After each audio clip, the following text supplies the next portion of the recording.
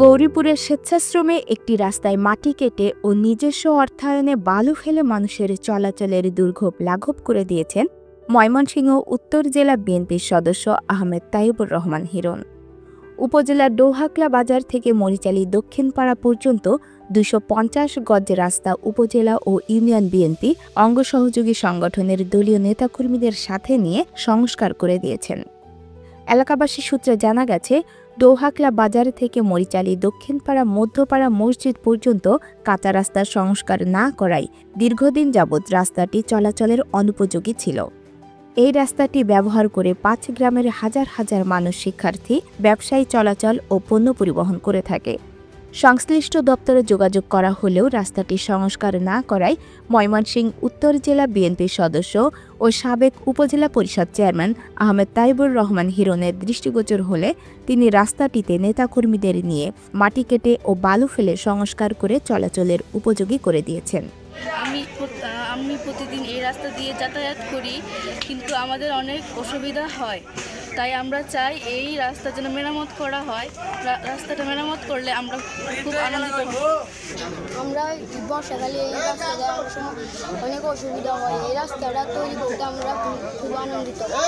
ময়মনসিংহ উত্তর জেলা বিএনপির সদস্য আহমেদ তাইবুর রহমান হিরণ বলেন, পহেলা বৈশাখ থেকে প্রতিটি ইউনিয়নের জনগুরুত্বপূর্ণ ও সংযোগ রাস্তায় নেতাকর্মীদের নিয়ে স্বেচ্ছাশ্রমে ও নিজস্ব অর্থায়নে রাস্তা সংস্কার করছি। এই রাস্তাটি ডৌহাকলা বাজার থেকে চলাচলের জন্য গুরুত্বপূর্ণ রাস্তা। দীর্ঘদিন যাবৎ রাস্তাটি চলাচলের অনুপযোগী ছিল। তিনি আরও বলেন, বর্ষায় জনগণের দুর্ভোগ লাঘবে ও রাস্তা পাকাকরণের দাবিতে সংশ্লিষ্ট কর্তৃপক্ষের দৃষ্টি আকর্ষণ করতে স্বেচ্ছাশ্রম এবং নিজস্ব অর্থায়নে দলীয় নেতাকর্মীদের নিয়ে রাস্তাটি সংস্কার করে দিয়েছি।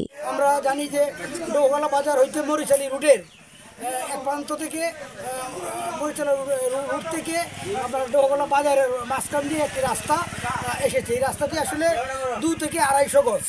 সেই রাস্তাটি এখান দিয়ে হাজার হাজার ছাত্রছাত্রী সহ জনগণ চলাচল করে। বিশেষ করে স্কুলের ছাত্রছাত্রীরা এটার রাস্তাটা বেশি ব্যবহার করে।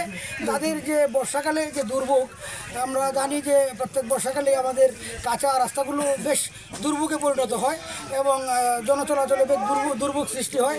সেই দুর্ভোগ নিরসনে এবং প্রশাসনের দৃষ্টি আকর্ষণ এবং সংশ্লিষ্ট কর্তৃপক্ষের যাতে গোচরে বিষয়টি পৌঁছে আর পাকা করার পাশাপাশি পাকা করার দাবিতে আমরা এই পদক্ষেপটি নিয়েছি প্রত্যেকটি ইউনিয়নে।